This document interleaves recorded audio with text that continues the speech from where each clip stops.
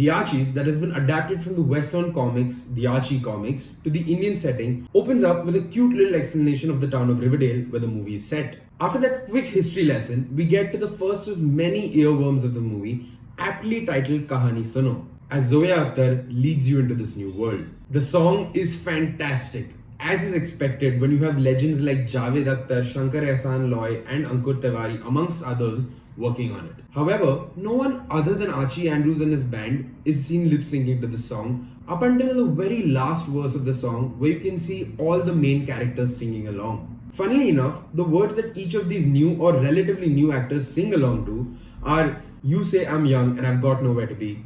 I say there's so much I can do. Trading my shoes for wheels under my feet.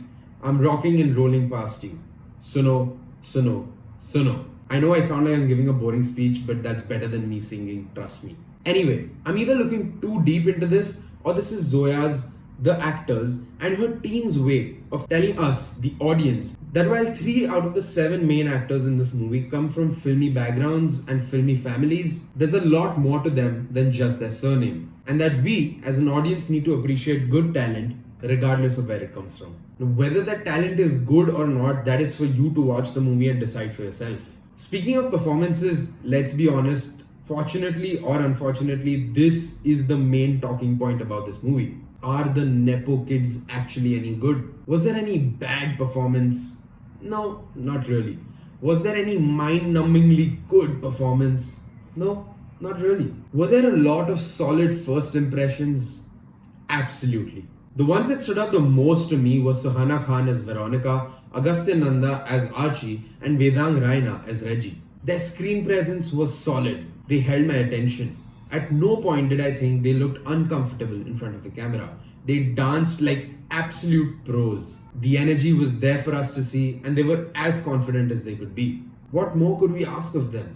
I'm really looking forward to what these 3 have for us in store in the near future. The best of the lot, however, was Mihir Ahuja, who we also recently saw in Made in Heaven Season 2. He was just as good in this show as annoying as he was in the other one. His comic timing and dialogue delivery were a notch above the rest, and I wish he was allowed some more screen time. While the elephant in the room with this movie is that it stars 3 star kids, the fact of the matter is that not only does it star 4 other incredibly talented individuals, but also it has a story to tell, and a relevant one at that. The movie is set in the fictional Anglo-Indian town of Riverdale, but even in fiction, let's not forget that it is Indian.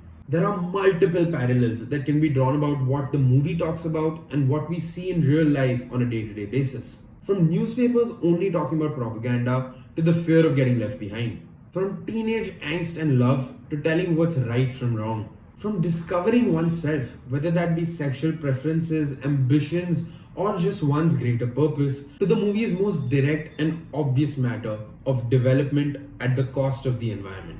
This movie has a lot to say, even though it could have said nothing and still looked pretty and be spoken about just as much. That said, as noble as the intention behind the song Everything is Politics was, when I watched it, it felt like I was watching an AIB sketch, and depending on how big an AIB fan you are, that could even be a compliment. The movie's biggest downfall is that while it tries to tell a relevant story, it also tries to be the perfect showreel for all the actors, where they get to act, react, look good, and dance. And it is this thin line where the movie will falter for most viewers. Personally, I saw the movie for what it was meant to be rather than what I expected or wanted it to be. Which is why, despite feeling that the story was half-baked, I was just happy that it wasn't entirely raw or inedible. While it could have been a simple storyline borrowed straight from the comics and padded up with external beauty, that's not really Zoya Akhtar or Reema Kanti's style. And even though this may well be Zoya's weakest movie yet, I'm just glad that even in an adaptation, she chose to give us an original and relevant story.